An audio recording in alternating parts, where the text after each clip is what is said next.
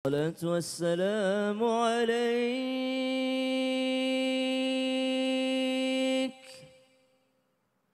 يا إمام المجاهدين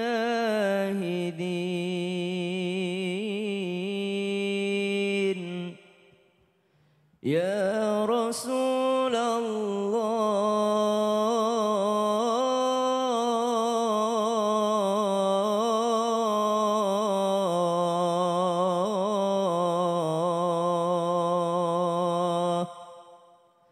صلى الله عليك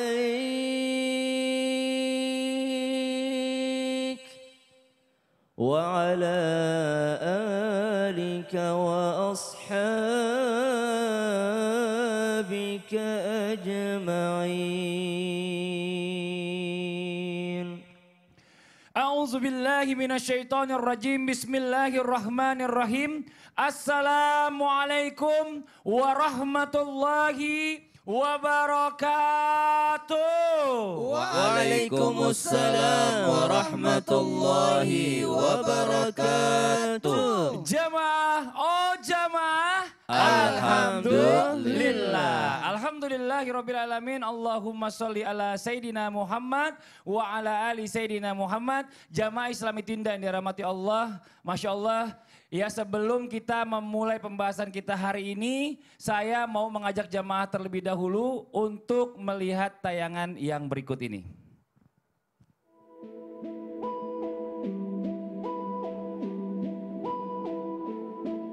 Pasca meninggalnya Vanessa Angel dan Bibi Ardiansyah, perkara hak asuh anak belakangan menjadi perhatian. Pasalnya, pihak keluarga Vanessa Angel dan keluarga Bibi Ardiansyah sama-sama ingin merawat Gala Sky, anak sematawayang Vanessa dan Bibi. Menanggapi hal itu, pemerhati anak Seto Mulyadi ikut memberikan komentar dan peringatannya.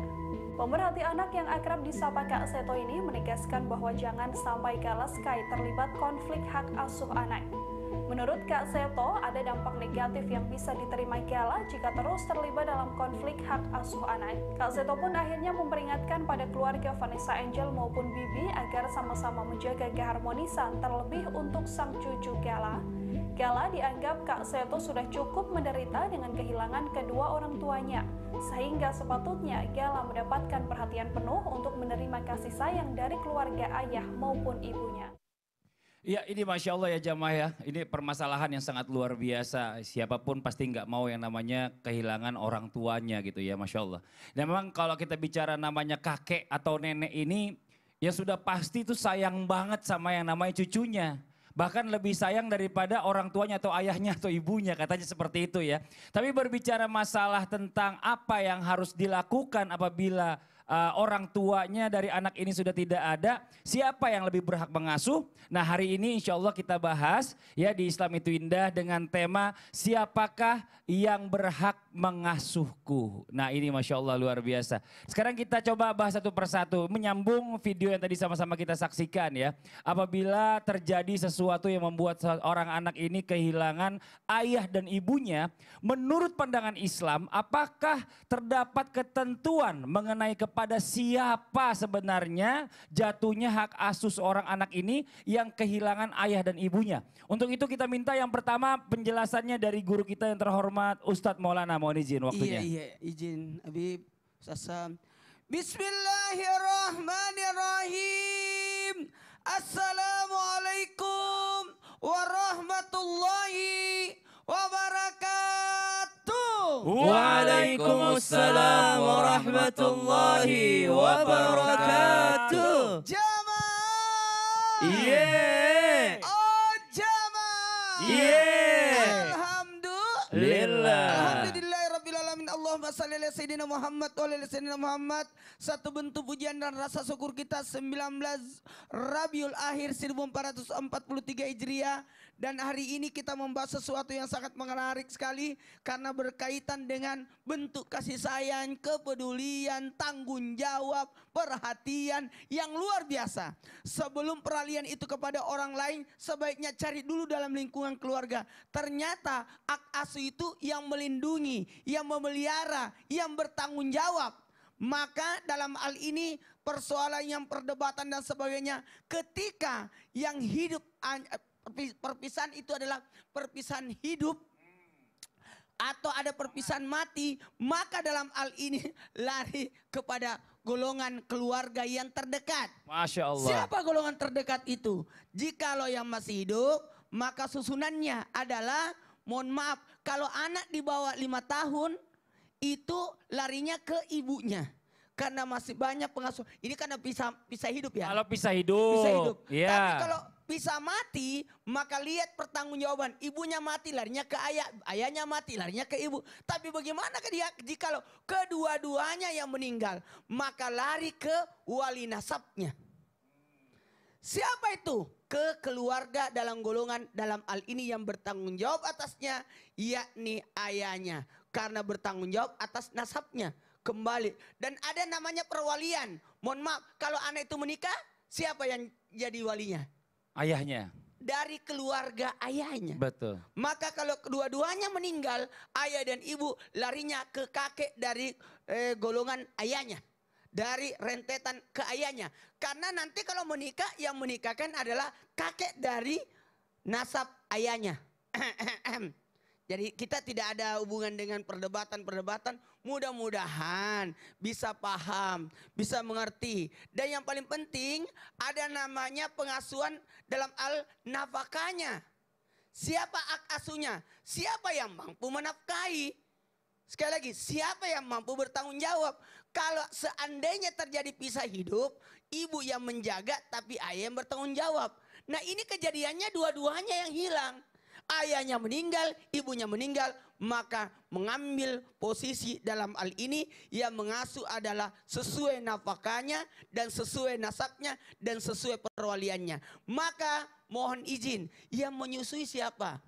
Ibunya. Ibunya. Kalau masih hidup, larinya ke ibu. Nah ini tidak ada pengasuhan. Nah, jadi tinggal yang bertanggung jawab atasnya. Kembali lagi, yang memeliharanya, yang mengasuhnya, yang bertanggung jawab. Masya Allah. Jadi lebih ke lari ke nasab ayahnya dulu nasab ya. ayahnya dulu. Ya tapi kalau lebih baik sih memang ya kan bicara masalah ini kan bisa didiskusikan secara musyawarah. Ya, sebenarnya semuanya bisa terlibat. Bisa. Cuma masalah tanggung jawabnya ini lebih kepada kan gitu ya. Kepada keluarga dari ayah karena berhubungan dengan tadi wali nasab, nafkah dan pengasuhan dan lain-lain. Masya Allah luar biasa. Terima kasih banyak Ustadz Maulana atas penjelasannya. Wah, di awal segmen aja Masya Allah luar biasa ya udah terbuka nih otak kita nih. Nah sekarang kita lanjut lagi nih yang namanya permasalahan ini kan terjadi kan macam-macam ya.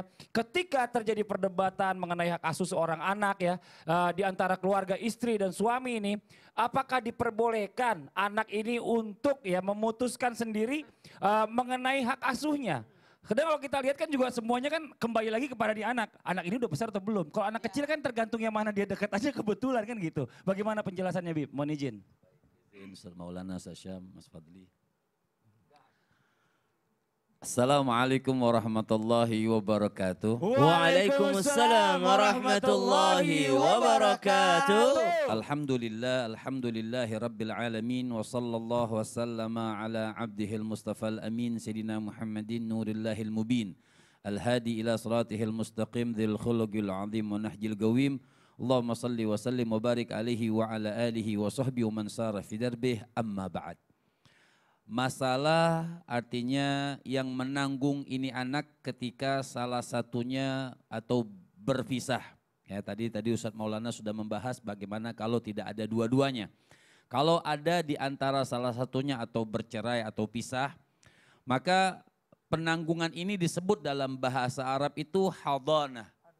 Hadhanah ini mengasuh, hak asuh, hadhanah namanya. Itu di atas sampai umur tamyiz. Apa itu umur tamyiz? Jadi manusia itu ada punya 3 umur, bukan 3 umur artinya istilah. Kalau di bawah tamyiz namanya sabi. Di atas sabi itu tamyiz. Tamyiz itu yang sudah makan, bisa makan sendiri, minum sendiri, istinja sendiri, sudah bisa membedakan mana panas, mana dingin, itu namanya tamyiz. Di atas umur tamyiz namanya baligh, artinya sudah mimpi. Yang perempuan sudah haid. Jadi ini namanya hadhanah. Di bawah umur tamyiz namanya hadhanah. Dalam Muhammad Al-Khin itu beliau di dalam kitabnya membedakan. Di atas tamyiz namanya kafalah. Jadi ada kafalah, ada tanggungan. Tapi di bawah umur tamyiz namanya hadhanah. Di atas umur tamyiz namanya kafalah. Lantas apabila masih hidup dua-duanya, ibu dan ayahnya, bagaimana seorang anak ini, dia siapa yang memelihara? Maka al-um ahak bidzalik. Maka seorang ibu lebih berhak untuk memelihara anak tersebut. Apa illahnya? Apa alasannya dari ulama-ulama kita? Karena hadhana itu artinya tulang rusuk atau pangkuan. Jadi seorang ibu itu arham. Biasanya seorang ibu itu lebih sabar, lebih sayang, lebih alian, lebih lembut kepada anaknya ketimbang seorang bapaknya. Betul. Makanya apabila di bawah umur tamyiz, maka si ibu yang lebih berhak untuk memeliharanya. Siapa yang menafkahi? Bukan berarti ibu yang dapat peliharaan kemudian bapak lepas tangan, tidak. Yang wajib menafkahi adalah bapaknya.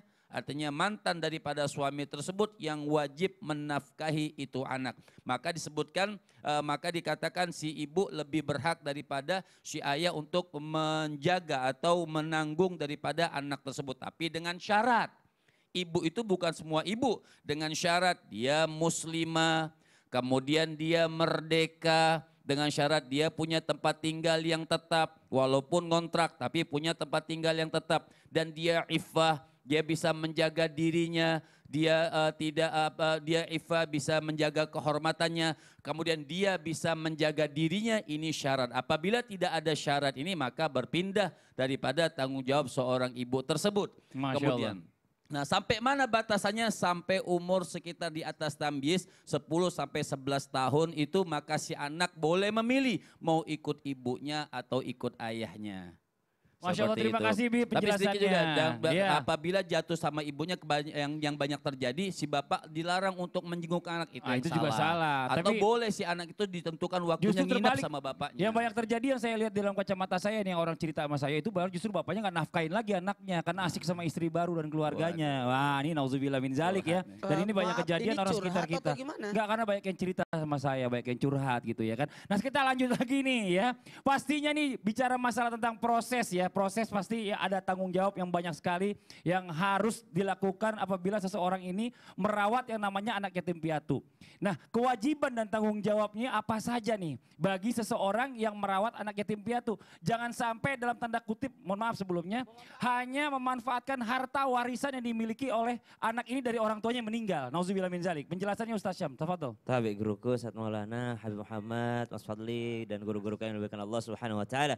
Bismillahirrahmanirrahim. Alhamdulillahirabbil alamin wassalatu wassalamu ala asyrafil anbiya'i wal mursalin sayyidina Muhammadin wa ala alihi wa sahbihi ajma'in. Asbahna wa asbahal mulku lillahi rabbil alamin. Subhanaka la ilma lana illa ma 'allamtana innaka antal alimul hakim. Rabbi shrah li sadri wa yassir li amri wa hlul 'uqdatam min lisani yafqahu qawli waj'al li wazira min ahli amin amin amin ya rabbal alamin. Ba'da an aqul a'udzu billahi minasy syaithanir rajim. إن الذين يأكلون أموال اليتامى ظلما إنما يأكلون في بطونهم نارا وسيصلون سعيرا. Allah Subhanahu wa taala mengultimatum di surah An-Nisa bagi orang-orang yang merawat anak yatim, menjaga anak yatim, yang bersamanya hidup anak yatim, lalu ternyata mereka memanfaatkan harta anak yatim, berarti mereka sedang makan api neraka. Berarti mereka sedang menuju nerakanya Allah Subhanahu wa taala. Maka subhanallah, Allah sangat melarang keras orang-orang yang dalihnya merawat anak yatim, mengasuh anak yatim, apalagi yatim piatu, lalu ternyata dalam rangka untuk mengambil hartanya. Bahkan surah An-Nisa dimulai dengan teguran ini tentang bagaimana merawat anak yatim, bagaimana tentang mengasuh anak yatim, lalu ternyata memanfaatkan hartanya. Itu yang pertama, subhanallah. Yang kedua, apa sih tanggung jawabnya, apa sih kewajibannya bagi seorang orang tua asuh bagi anak-anak yatim piatu? Dalam surah Al-Ma'un disebutkan, ba'da naqul a'udzu billahi minasyaitonir rajim. Ara'aita alladhi yukadzibu bid-din fadzalika alladhi yad'ul yatim. Tahukah engkau siapa mereka pendusta hari kiamat? pendusta hari pembalasan, mereka adalah orang-orang yadu'ul yatim. Mereka adalah orang-orang yang menghardik anak yatim. Berarti yang pertama, jangan sampai dalam pengasuhannya ada sesuatu yang membuat anak yatim ini tersakiti. Menghardik anak yatim dalam bahasa Indonesia biasanya kita artikan mengejek dengan kata-kata. Namun ternyata yadu'ul yatim bisa kita artikan bahwasanya bukan hanya dengan kata-kata yang menyakiti, tapi perbuatan yang menyakiti kadang-kala ada. Maka subhanallah, intinya jangan pernah membuat hati anak yatim ini tersakiti. Maka apa kita dalam sunnah disebutkan bahwasanya membelai. Belaian itu bentuk daripada kasih sayang, bukan sekedar santunan belai semua subhanallah. Tapi belaian itu bentuk daripada kasih sayang, santunan, bentuk daripada mengasihi subhanallah. Maka jangan sampai ada yang namanya menghardik anak yatim di dalamnya. Yang ketiga, tentu saja yang namanya orang tua itu adalah baik orang tua angkat, orang tua asuh atau orang tua kandung. Mereka semua memiliki tanggung jawab dalam Al-Quran. Qu anfusakum wa ahlikum nara. Jaga dirimu dan keluargamu, bukan jaga dirimu dan anakmu, tidak. Tapi jaga dirimu dan keluargamu. Maka yang mengasuhnya, baik itu daripada pamannya, kakeknya atau orang lain, maka mereka juga bertanggung jawab untuk menjaga anak tersebut daripada api neraka. Artinya ada nafkah pendidikan. Dan yang tidak kalah penting adalah nafkah lahirnya. Bagaimana menyekolahkannya. Daripada Ibnu Abbas radhiyallahu anhu warḍah, beliau mengatakan bahwasanya siapa yang merawat anak yatim, siapa yang mengasuh anak yatim, siapa yang menjaga anak yatim, lalu membiayai makannya, minumnya, maka dia dipastikan masuk surga selama dia tidak melakukan kesalahan yang sangat besar. Subhanallah, dipastikan masuk surga jikalau mereka menjaga anak yatim. Bukankah Nabi juga menjanjikan mereka bersama dengan anak yatim, ya, maka tempatnya juga dekat dengan Rasulullah SAW di dalam surganya Allah Subhanahu Wa Taala. Allah Taala. Terima kasih banyak Ustaz Syah atas penjelasannya. Ini Masya Allah luar biasa ya. Jangan sampai cuma mau merawat anak yatim hanya ngincer hartanya dari orang tuanya aja yang banyak. Nauzubillah min zalik. Nah ini kita bicara masalah tentang anak yatim ini. Ada pertanyaan nih Ustaz Maulana, mohon izin sebelumnya. Apa itu? Katanya orang yang meninggal orang tuanya baik itu ayah dan ibunya dua-duanya sekaligus sudah disebut dengan anak yatim piatu. Bagaimana dengan saya Ustaz? Saya kan juga udah ditinggal sama orang tua saya. Apakah saya disebut juga yatim piatu? Sebenarnya gini. Kalau berbicara tentang anak yatim. Kok malah nangis? Sedih nih. Ya Allah. Kok malah nangis? Anak yatim itu ada sebenarnya batasnya. Karena anak yatim itu butuh orang yang menanggungnya, butuh yang memeliharanya. Nah lu. Kalau Mas Fadli bukan anak Mas yatim. Fadli sih nanya Iya. gitu. Saya kan nanyanya yang benar itu. Terlalu banyak biaya kalau Mas Fadli yang mau diurus juga. Kok jadi ngomel ke saya? Saya kan cuma nanya. Ya udah kita lanjut aja, ntar aja dulu. Saya ambil tisu dulu ya Ustadz ya. Ustadz jangan nangis dulu. Yang di rumah jangan kemana-mana ya. Tenangin Ustadz Maulana dulu. Nanti kita akan segera kembali lagi tetap bisa itu indah. Jamaah. Oh jamaah. Alhamdulillah. Ya sabar dong. Orang kan cuma nanya doang Ustadz.